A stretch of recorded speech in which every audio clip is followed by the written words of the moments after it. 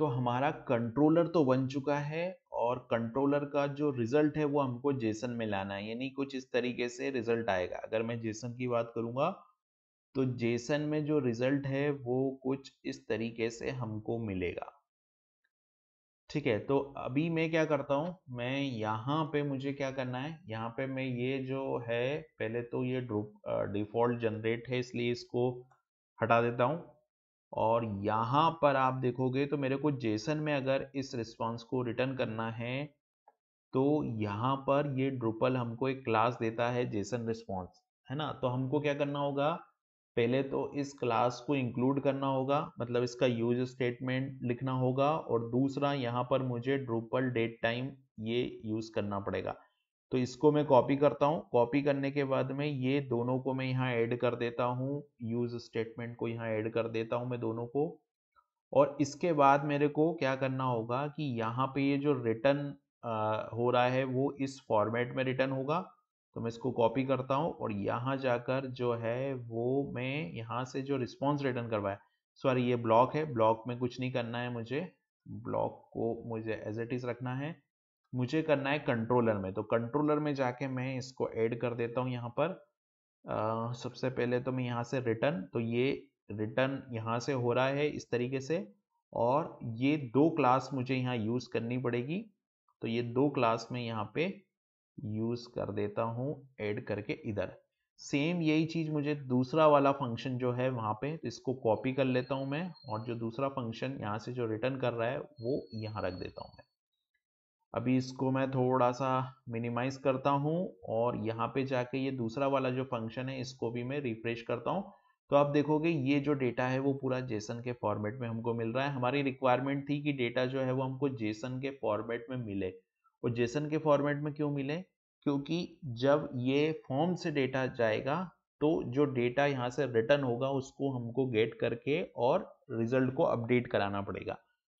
तो अब हम फंक्शन की कोडिंग लिखना स्टार्ट करेंगे। सबसे पहले जो है हम ये वाला फंक्शन रेडी करेंगे, और जैसे मैंने बोला कि पहले हम डेटा को यहाँ से पास करेंगे, यूआरएल से पास करेंगे, और अगर ये यूआरएल से सब कुछ वर्क करेगा प्रॉपर तो फिर हम इसको जावा स्क्रिप्ट के थ्रू रिक्वेस्ट करेंगे, जो हमारा टेम्पलेट है वहां से जावा स्क्रिप्ट के इवेंट के थ्रू रिक्वेस्ट करेंगे। तो अब हमने ये क्लास ऐड कर ली थी, क्लास ऐड करने के बाद में अब हमको कोडिंग स्टार्ट करनी है। तो सबसे पहले हम जैसा कि यहाँ पर आप देखोगे, सबसे पहले हम ये वाला कंट्रोलर की कोडिंग लिखते हैं, इस वाले कंट्रोलर की कोडिंग। तो जैसे मैंने बोला कि सिटी जो है वो यूआरएल से आएगी, अभी हाल फिलहाल जो सिटी है वो हम यूआरएल से लेंगे, ठीक है। तो यहाँ हम चलते हैं, देखिए अब हमको गेट रिक्वेस्ट करनी है। तो गेट रिक्वेस्ट करनी है तो यहाँ पर पहले ये वाला जो कोड है इसको मैं यहाँ से थोड़ा सा, हम ये कोड को क्या करते हैं कि कंट्रोल एक्स करते हैं और थोड़ा सा इस कोड को यहाँ ले आते हैं, ठीक है। अब मुझे सबसे पहली रिक्वायरमेंट क्या होगी मेरी, यहाँ पर सबसे फर्स्ट रिक्वायरमेंट ये होगी कि मुझे यहाँ पर की चाहिए, जो की हमने यहाँ स्टोर की थी, कहाँ पे, यहाँ पे ये जो की है वो हमको गेट करना, और ये यूआरएल हमको गेट करना है, तब जाकर हम यहाँ से रिक्वेस्ट कर पाएंगे, है ना। ओपन वेदर ऐप के सर्वर को रिक्वेस्ट करने के लिए की रिक्वायरमेंट है, और ये एंड पॉइंट के रिक्वायरमेंट है, दो रिक्वायरमेंट है। तो इसको पहले हम लिखते हैं, तो यहाँ से कोडिंग स्टार्ट करते हैं। तो जैसे यहाँ आता हूँ मैं, और यहाँ में एक वेरिएबल बनाते हैं $app, ये एक वेरिएबल बना लिया मैंने $app। और जो ये जो कॉन्फ़िग फॉर्म हमने बनाया, इसका डेटा गेट करने के लिए ड्रूपल की एक सर्विस होती है कॉन्फ़िग सर्विस। तो मैं ड्रूपल की कॉन्फ़िग सर्विस कॉल करूँगा।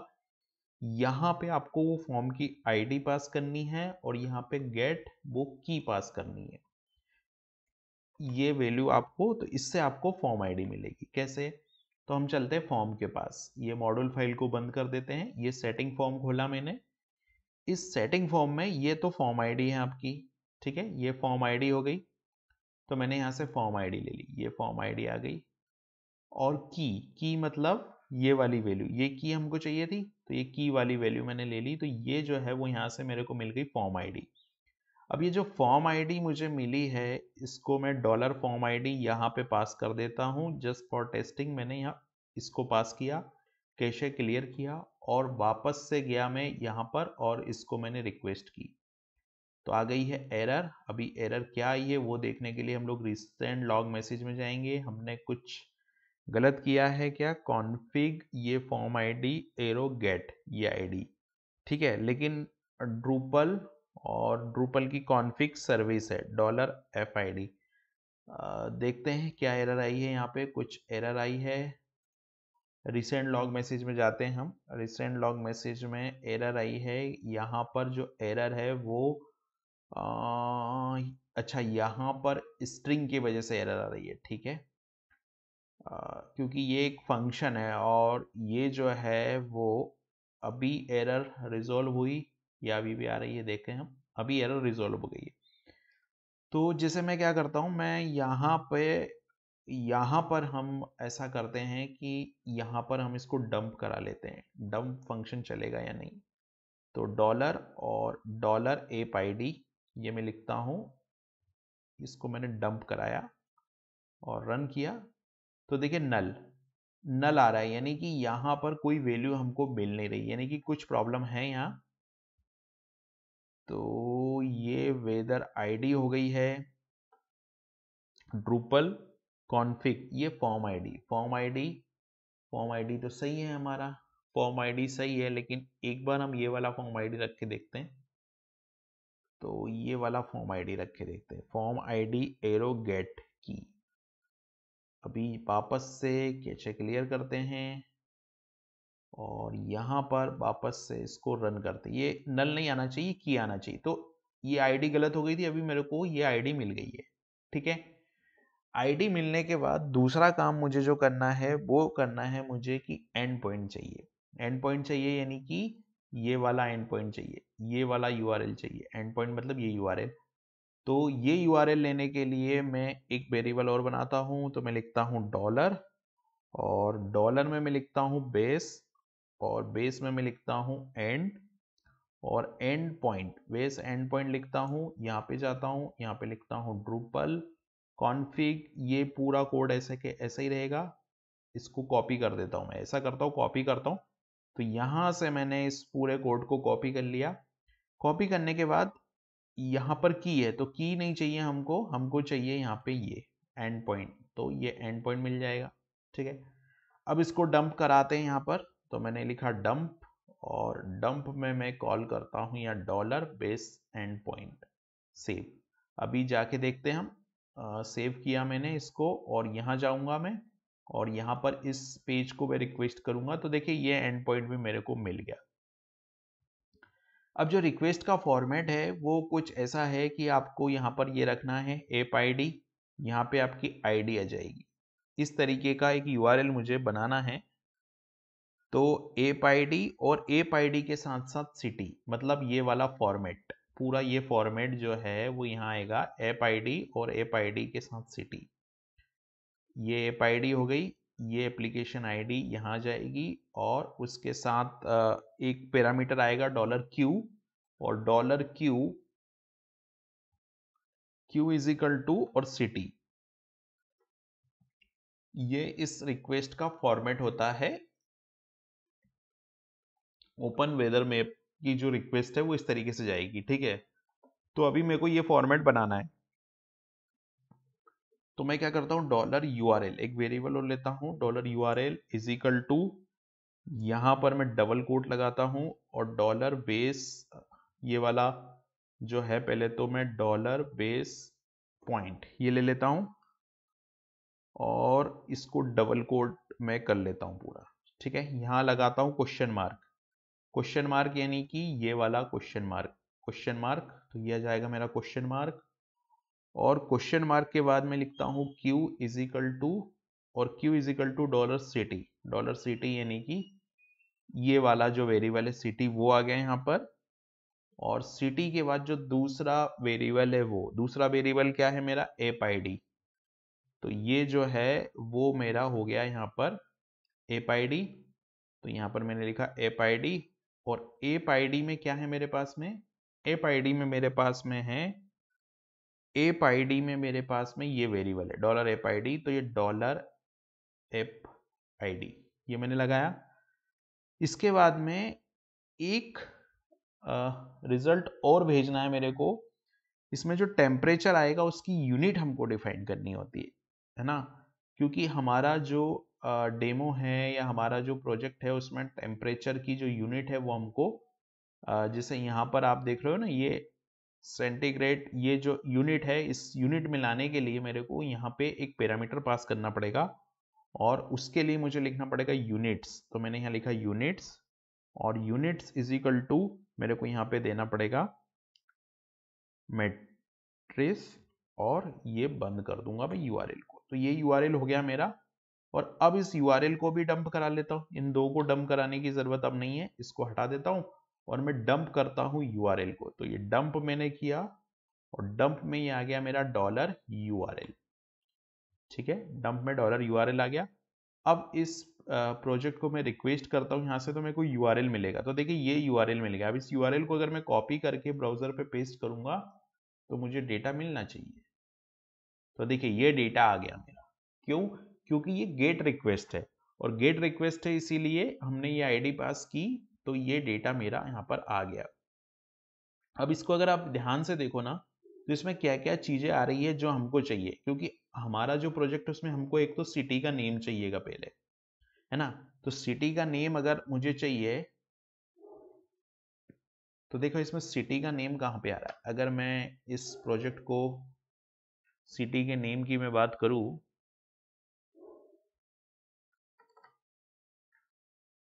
तो सिटी का नेम देखिए ये आ रहा है, नेम आ रहा है यहाँ पे। ये जो है वो आप देखोगे तो ये सिटी का नेम आ गया। ठीक है, ये कंट्री आ गई है। ठीक है, और ये विंड वाला जो डिटेल है वो आ गई है, ये स्पीड आ गई है, और ये डिग्री डायरेक्शन बताएगी। इस डिग्री को भी हम समझेंगे कि किस तरीके से वर्क करता है ये। और उसके बाद में ये हमारा टेम्परेचर आ गया। ठीक है, टेम्परेचर आ गया, सिटी का नेम आ गया, डिग्री आ गई। और क्या चाहिए था मेरे को? अगर मैं मेरे प्रोजेक्ट में जाऊं तो मुझे अभी दिन चाहिए, दिन यानी कि डे का नेम चाहिए। तो डे का नेम जो करेंट डे होगा, आज की जो डेट होगी, वो हमको लॉजिक लगा के आज की डेट के हिसाब से जो है वो डे निकालना पड़ेगा। उसके बाद में ये वेदर की डिटेल आ गई, वेदर की डिटेल आ गई, यानी कि ये आइकॉन है, देखो ये आइकॉन है, ये आइकॉन की एक आईडी है ना। तो इस आईडी का जो ये आइकॉन बनेगा, ये एक आईडी है, और ये आईडी जैसे मैंने ये इसको ओपन किया यहाँ पे, तो ये आइकॉन कैसे बनेगा? ये आइकॉन की एक आईडी होती है। तो यहाँ पे जो जैसे यहाँ पर 10D आईडी है, ठीक है, और यहाँ पर ये आईडी है, तो मैंने इसको कॉपी किया, पेस्ट किया। इस यूआरएल में 10D की जगह मेरे को ये आईडी रखनी पड़ेगी। तो 10D की जगह अगर मैं ये आईडी रखूंगा तो मेरा ये आइकॉन बन जाएगा यहाँ पर। देखिए ये आइकॉन बन गया, आइकॉन चेंज हो गया यहाँ पर। तो इस तरीके से मेरे को आइकॉन बनाना पड़ेगा, यानी कि यूआरएल यही रहेगा। मैं इसको यहाँ पे ले जाके आपको क्लियर तरीके से समझाता हूँ।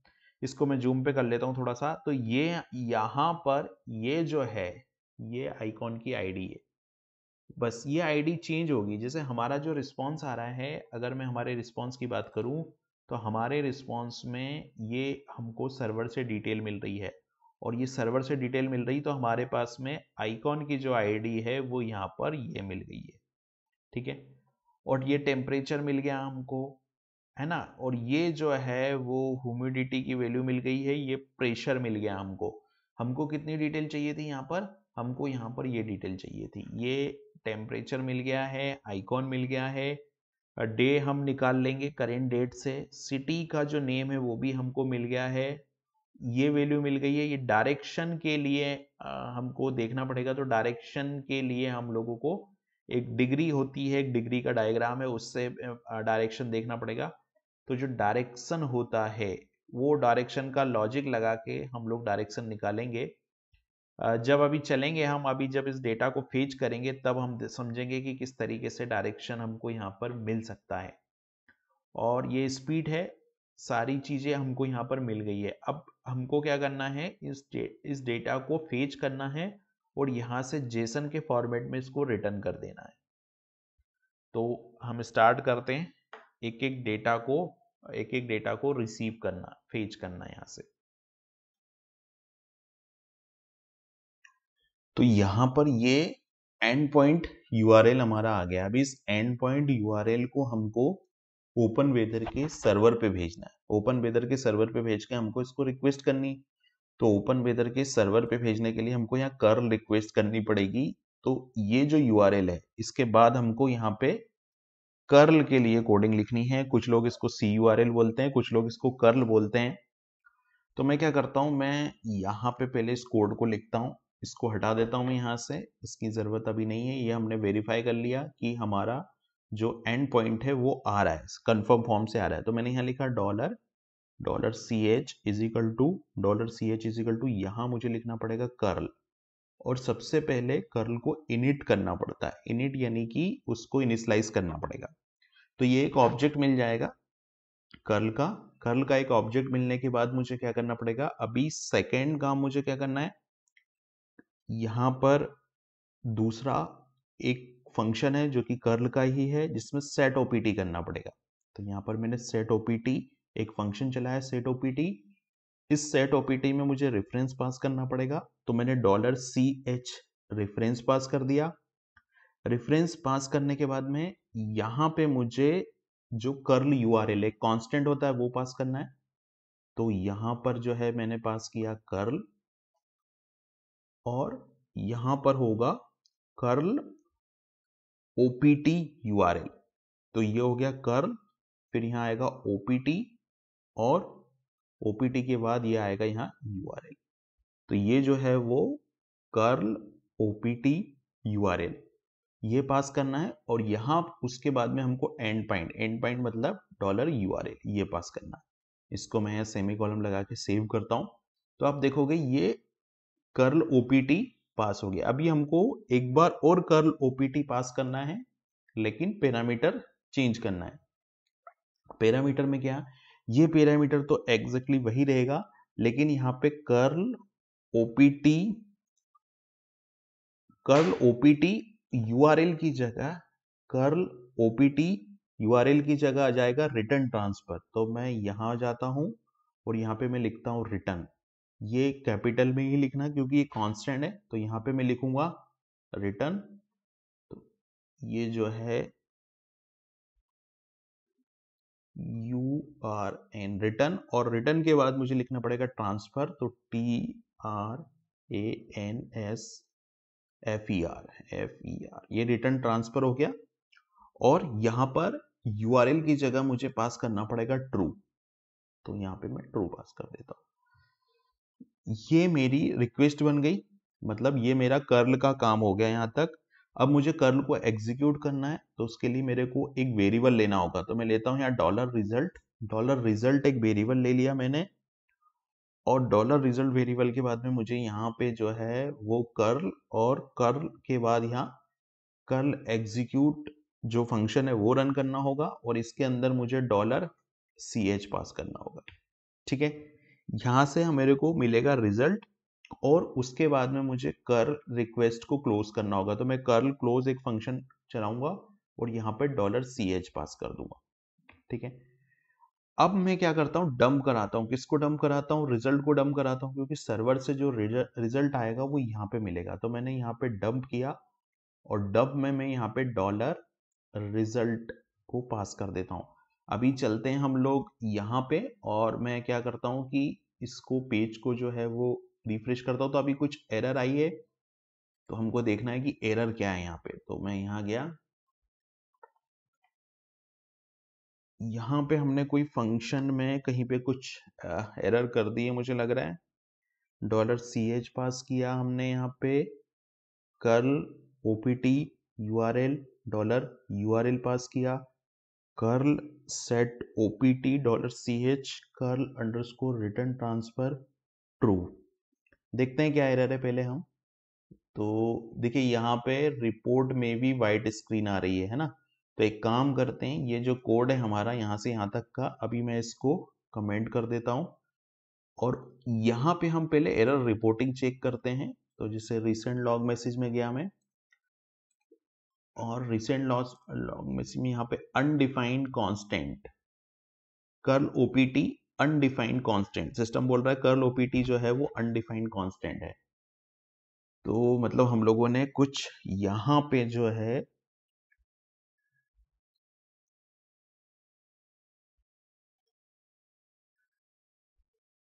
यहां पे हम लोगों को ये जो फंक्शन है हमारा कर्ल ओपीटी, यहां पे हम लोगों ने कुछ प्रॉब्लम की है। तो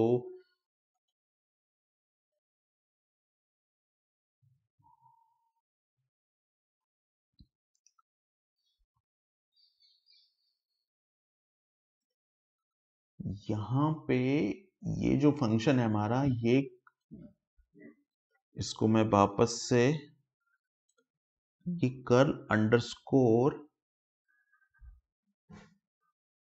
कर्ल ओपीटी अंडरस्कोर यूआरएल है, ये एरर थी यहाँ पे। अभी मैं एक बार जो है हमारा ड्रेस का फंक्शन रन करके क्लियर कैशे कर देता हूं मैं।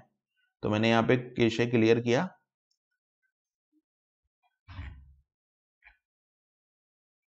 क्लियर कैशे करने के बाद अभी हम वापस से इस साइट को रिक्वेस्ट करते हैं रन। तो देखिए यहाँ पर ये जो रिस्पॉन्स है वो मुझे मिल गया है, ये सर्वर से डेटा आ गया है। लेकिन मैं इस डेटा को क्या करता हूँ, ये जो डेटा मेरे पास में आया ये पूरा जेसन फॉर्मेट में आया है, राइट। तो मैंने इसको डंप किया और यहाँ पे PHP का एक फंक्शन होता है, तो मैं डॉलर रिजल्ट करता हूँ और डॉलर रिजल्ट में यहाँ पे हम लोग जेसन डिकोड क्योंकि जो डेटा आ रहा है वो जेसन कोडिंग में आ रहा है, तो इसको डिकोड करके PHP फॉर्मेट में कन्वर्ट कर देते हैं। तो dollar result is equal to JSON decode dollar result pass कर देता हूं मैं। इससे क्या होगा कि ये जो पूरा डेटा है डिकोड हो जाएगा, और डिकोड होगा तो हम लोग इसको पढ़ पाएंगे कि सर्वर ने हमको भेजा क्या है। तो देखिए अभी जेसन डिकोड हो गया है और यहाँ पर आप देख रहे हो कि सारी चीजें आ रही है। यहाँ पे सिटी की आईडी भी आ रही है और सिटी का नेम भी आ रहा है। सिटी का नेम है पुणे, सिटी की आईडी है 1259229, राइट। और उसके साथ साथ यहाँ पे विंड की डिटेल भी आ रही है, डायरेक्शन, स्पीड, सारी चीज आ रही है और टाइम जोन भी आ रहा है यहाँ पे हमारे पास में, और जो स्टेटस है वो भी आ रहा है। तो ये पूरा डेटा है। अभी हमको क्या करना है, जैसे मैंने बोला था कि हम यूआरएल में सिटी का नाम पास करेंगे और हमको डेटा मिलेगा। तो अभी हम इसको पूरा रिस्पॉन्स बनाएंगे और ये पूरा रिस्पॉन्स हम लोग भेजेंगे जावास्क्रिप्ट को, और जावास्क्रिप्ट से हम लोग जो हमारा इंटरफेस है यूजर का वहां पे अपडेट करवाएंगे इस रिस्पॉन्स को। तो अब हमको क्या करना है, रिस्पॉन्स वाला जो वेरिएबल है ना, रिस्पॉन्स वाले वेरिएबल को हमको कंटिन्यू करना है। तो देखिए ये इसमें एक स्टेटस कोड आएगा। स्टेटस कोड आएगा मतलब, स्टेटस कोड का मतलब ये है कि अगर मैं इसको यहाँ रिफ्रेश करूं तो आप देख रहे हो ये पूरा रिस्पॉन्स आ रहा है। और इस रिस्पॉन्स में अगर मैं मेरे को जो डेटा चाहिए, मतलब जो आउटपुट में चाहिए, वो ये सारी डिटेल मुझे चाहिए यहाँ पे, ठीक है। लेकिन इस अगर मान लो मैं कुछ ऐसी सिटी का नाम भेजूं जो सिटी नहीं है, जैसे मैंने ऐसा कुछ लिख दिया तो ये 404 आता है, ये COD। और अगर यहां से डेटा सक्सेसफुली रिटर्न होता है तो COD में 200 आता है। तो मेरे को एक कंडीशन लगानी पड़ेगी कि अगर मेरा COD 200 है, मैं इसको थोड़ा बड़ा कर लेता हूं, अगर मेरा COD यहाँ पे 200 है तो ही मुझे रिस्पॉन्स को, जो अरे है रिस्पॉन्स वाला, वो उसमें डेटा लेना है। तो हम चलते हैं कोड में और यहाँ पे मैं क्या करता हूँ, देखिए ये जो है डंप, अभी मैं इसको हटाता हूँ और यहाँ पे मैं एक कंडीशन लगाता हूँ कि इफ। तो मैंने एक कंडीशन लगाई इफ, और इफ कंडीशन के अंदर मैं यहाँ पे लिखूंगा कि डॉलर रिजल्ट। तो मैंने यहाँ पे डॉलर रिजल्ट, और डॉलर रिजल्ट के अंदर मैं यहाँ पे डबल कोड में लिखूंगा COD, और COD के बाद मैं यहाँ पे लिखूंगा इक्वल टू 200। ये वैल्यू है, अगर इक्वल टू 200 इस तरीके से आती है वैल्यू, तो मुझे क्या करना है, तो मेरे को यहाँ पे अब 200 वैल्यू आ गई। 200 वैल्यू आ गई तो सबसे पहले हम लोग स्टेटस कोड को, सबसे पहले हम क्या करेंगे, सबसे पहले हम लोग स्टेटस सबसे पहले हम लोग स्टेटस कोड को फिल करेंगे, ऑब्जेक्ट के अंदर सबसे पहले हम लोग स्टेटस कोड को फिल करेंगे, राइट। तो यहां पर मैं जाऊंगा और यहां पे जाने के बाद ये जो है यहां पे डॉलर रिस्पॉन्स, तो मैंने यहां गया और यहां डॉलर रिस्पॉन्स मैंने लिखा, क्योंकि डॉलर रिस्पॉन्स का हम एक अरे बनाएंगे, तो यहाँ पे मैं डॉलर रिस्पॉन्स नाम से एक अरे बना लेता हूं। तो मैंने लिखा डॉलर डॉलर और यहाँ आएगा रिस्पॉन्स, तो ये डॉलर रिस्पॉन्स आया, डॉलर रिस्पॉन्स। और डॉलर रिस्पॉन्स में मैं यहाँ पे डबल कोड के अंदर लिखूंगा स्टेटस कोड, तो ये हो गया स्टेटस कोड, ये स्टेटस कोड आया। और स्टेटस कोड के अंदर मुझे ये स्टेटस कोड है, यहाँ पे मैं जाऊंगा और स्टेटस कोड के अंदर ये वाला जो कोड है वो मैं कर देता हूं। तो ये स्टेटस कोड हो गया, यहां सेमीकोलन लगाता हूं, नहीं तो एरर रह जाएगी, ये सेमीकोलन लगाया। तो अभी आप देखोगे स्टेटस कोड आ गया। अभी मैं डंप करता हूं रिस्पॉन्स को, तो यहां पे मैं गया और यहां पे मैंने डंप किया डॉलर रिस्पॉन्स, तो ये डंप हो गया यहाँ डॉलर रिस्पॉन्स।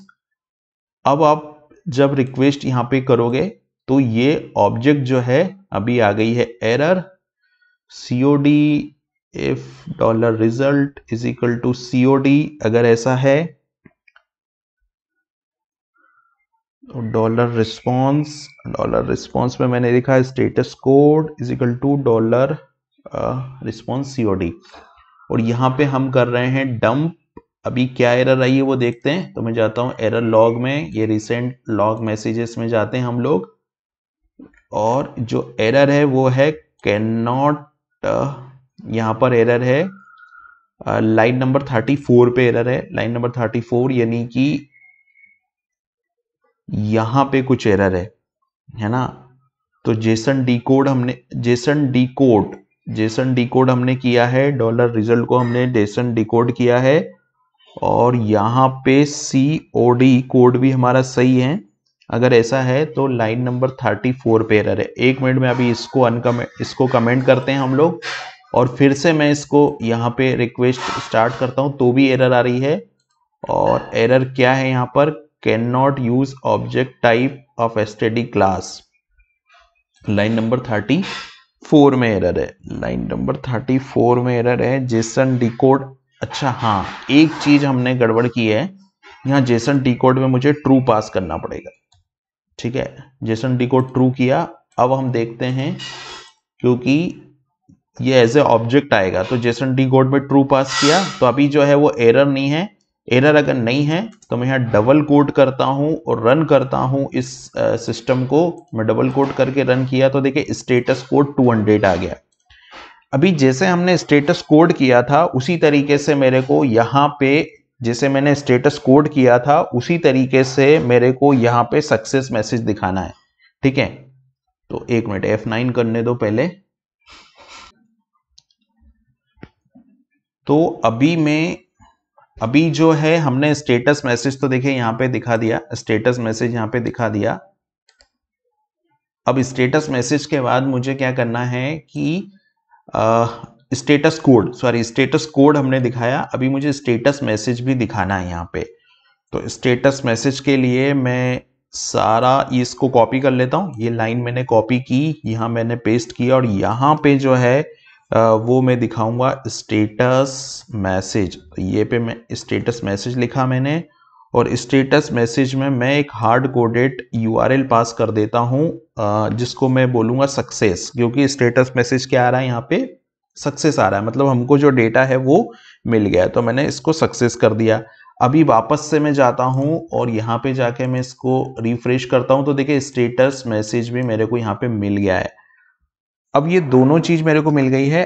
अब इसके बाद मुझे क्या चाहिए, तो अब इसके बाद मेरे को सबसे पहला जो चाहिए वो सिटी का नेम मेरे को चाहिए, सिटी का नेम चाहिए। तो सिटी का नेम लेने के लिए हमको वापस से ऑब्जेक्ट में जाना होगा। तो मैंने यहाँ पे मैं डंप करता हूँ रिजल्ट को, तो मैंने क्या किया, डंप किया, ये डंप, और डंप में मैं यहाँ पे डॉलर रिजल्ट कर लेता हूँ।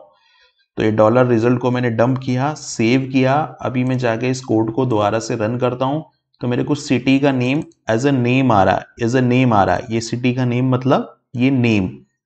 तो नेम करने के लिए मेरे को क्या करना पड़ेगा, डॉलर रिस्पॉन्स। तो मैं पूरा कॉपी करता हूँ ये रिस्पॉन्स वाली लाइन को, यहाँ पे मैंने रिस्पॉन्स वाली लाइन को कॉपी की, कॉपी करने के बाद में हम क्या करते हैं, जो डेटा आ रहा है उसके लिए एक अलग से अरे बनाएंगे। तो यहाँ डेटा, और डेटा के बाद में यहाँ पे मैं लिखूंगा सिटी। तो डेटा के बाद में मैंने यहाँ सिटी लिखा, और सिटी के बाद में देखिए जैसे हमको यहाँ पे हमने देखा यहाँ पे नेम में आ रहा है, तो नेम में आ रहा है तो मुझे क्या करना है, यहाँ पे डॉलर रिजल्ट। तो ये डॉलर रिजल्ट, और डॉलर रिजल्ट के बाद यहाँ पे मुझे पास करना है नेम। ठीक है, ये डॉलर रिजल्ट नेम आ गया। अभी आप देखोगे तो जो रिस्पॉन्स आपका आ रहा है उसमें सिटी भी आ जाएगी, बट सिटी में क्या है कि यहाँ पे सिटी और सिटी, यहाँ पे आप जाओगे तो सिटी नेम और ये अलग से अरे, क्योंकि हमने डेटा नाम का एक अलग से अरे बनाया, यहाँ पे पूरा डेटा जाएगा। तो उसी तरीके से हमें ह्यूमिडिटी और प्रेशर और डे का नाम, तो जो डे के नेम है ना उसमें प्रॉब्लम है। अभी डे का नेम यानी कि करेंट डेट के हिसाब से मेरे को डे का नेम चाहिए, तो डे नेम के लिए हम लोग एक अलग से फंक्शन यहाँ पे बनाएंगे। लेकिन उसके पहले जो डेटा हमको इजीली मिल रहा है वो हम ले लेते हैं।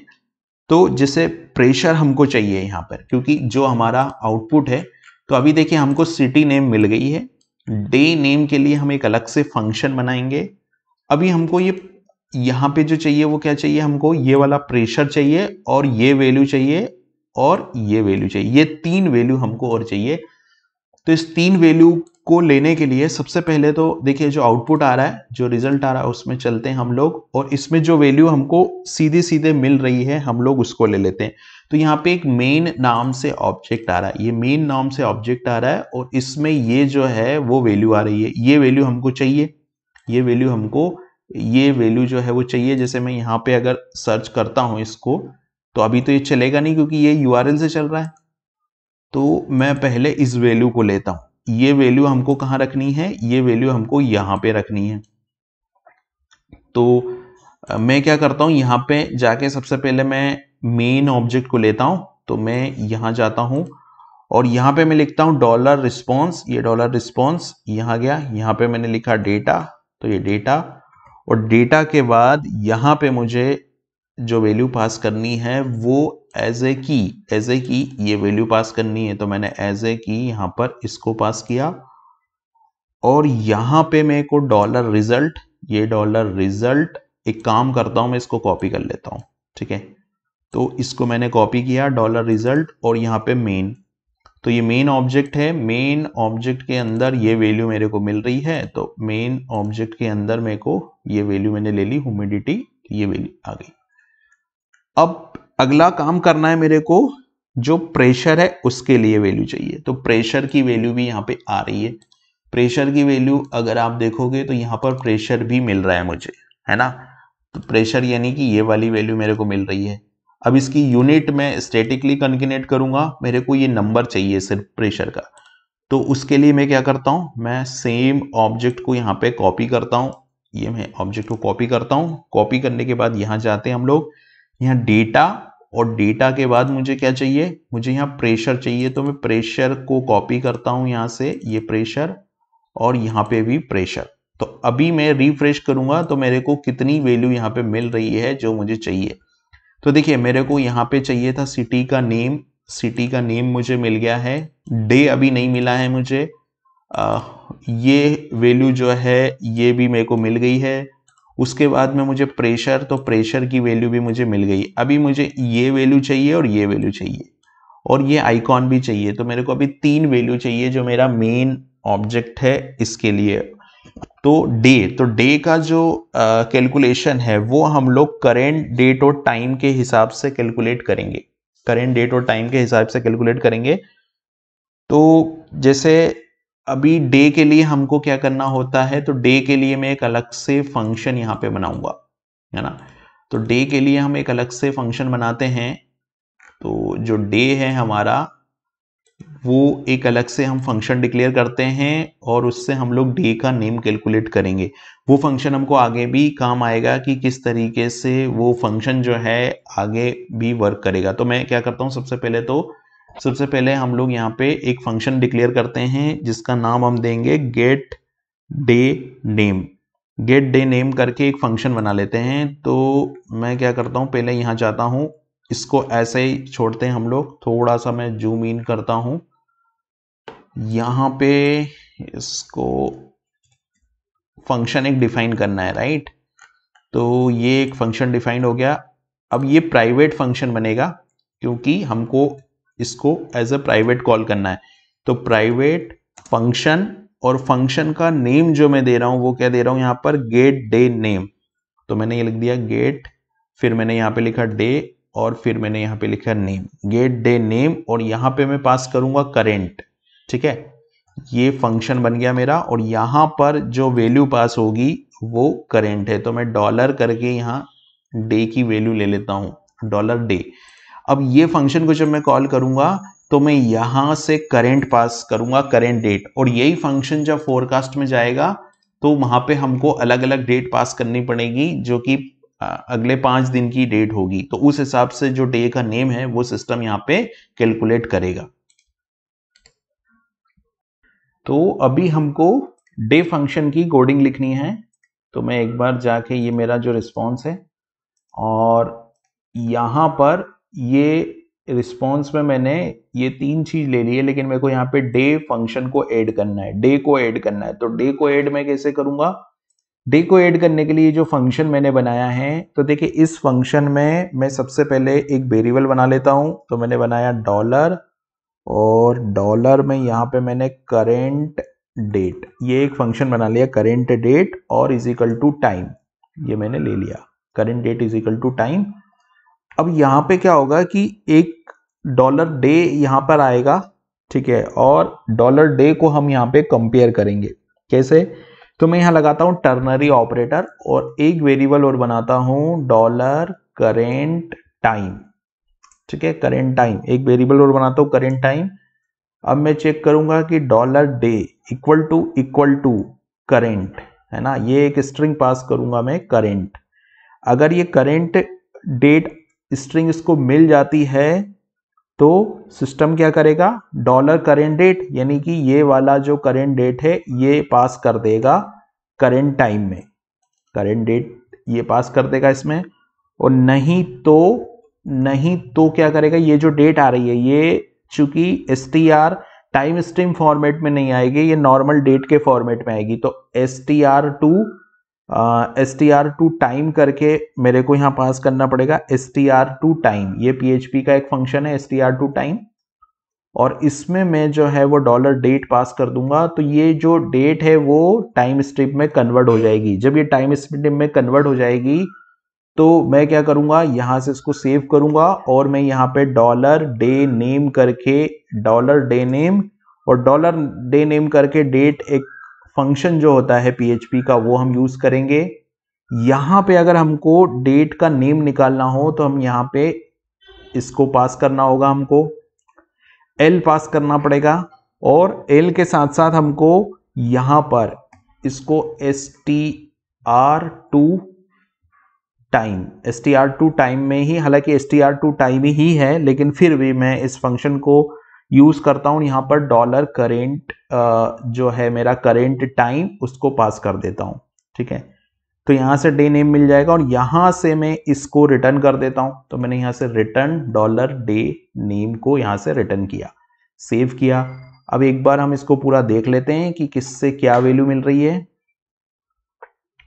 तो देखिए यहां पर अगर डे की वैल्यू जो है वो करंट आती है, मतलब अगर करंट स्ट्रिंग इसको मिलती है, करंट स्ट्रिंग इसको मिलती है, तो यहां पर डे में जो है वो करंट डेट यानी कि जो अभी का टाइम है वो असाइन हो जाएगा।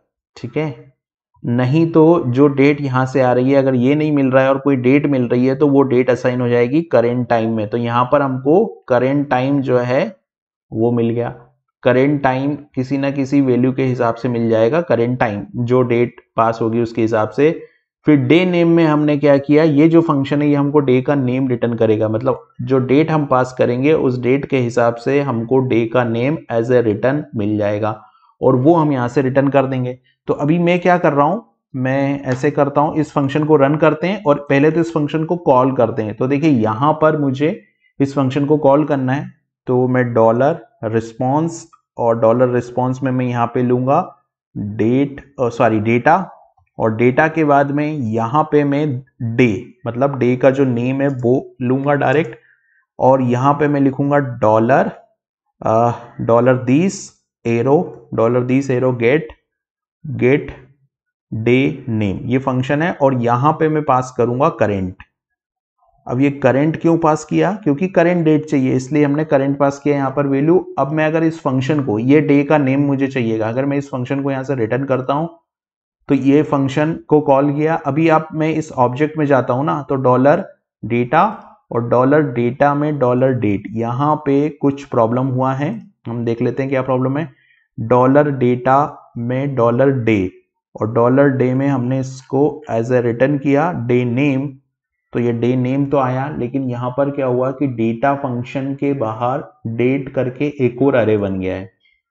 ऐसा क्यों हुआ, यहाँ से जो वैल्यू रिटर्न हो रही है वो क्या वैल्यू रिटर्न हो रही है, डॉलर डे है ना। यहाँ पे हम गए तो डॉलर डे में हमने इस फंक्शन को कॉल किया, तो ये फंक्शन हमको क्या रिटर्न कर रहा है, फंक्शन हमको अरे रिटर्न कर रहा है क्या, हम देखते हैं फंक्शन हमको अरे रिटर्न कर रहा है कि क्या रिटर्न कर रहा है। तो day name is equal to date है ना। तो यहाँ पर पहले तो मैं इसी को डंप करता हूँ यहाँ पे, तो मैंने ये डंप किया और डंप करने के बाद में यहाँ पे डॉलर डे नेम किया, क्योंकि ये एक अरे रिटर्न कर रहा है तभी तो यहाँ डबल अरे आ रहे हैं, और मुझे डबल अरे नहीं चाहिए, मुझे केवल डे का नेम चाहिए।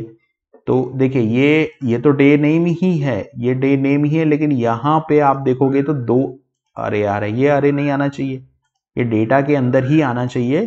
तो यहाँ पे कुछ प्रॉब्लम हुआ, यहाँ पे हमने डेटा, ये वेरिएबल की मिस्टेक है, यहाँ डेटा आएगा, डेटा और डेटा के अंदर डे की वैल्यू असाइन होगी। ये डंप अब हम रखते हैं और इस वाले डंप को यहाँ से हटा देते हैं। अभी हम फिर से पेज को रिफ्रेश करके वेरीफाई करते हैं कि ये डेटा आया कि नहीं। तो देखिए ये डे की वैल्यू आ गई है और आज का डे यहाँ पे आ गया है।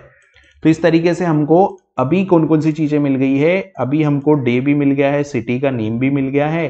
अब जो है हमको ये वाला वेरिएबल, ये वाला डेटा चाहिए और इसके साथ साथ हमको टेम्परेचर चाहिए, दो वैल्यू और अभी हमको चाहिए, और फिर आइकॉन चाहिए, तो तीन वैल्यू अभी और हमको निकालना है। तो अभी हम क्या करेंगे कि एक फंक्शन जो है हमारा ये, इसी फंक्शन के अंदर अब हमको यहाँ पे कुछ कैलकुलेशन करनी है और इस कैलकुलेशन से हमको डायरेक्शन निकालना है। तो अभी कैलकुलेशन करके हम लोग यहाँ पे डायरेक्शन निकालेंगे।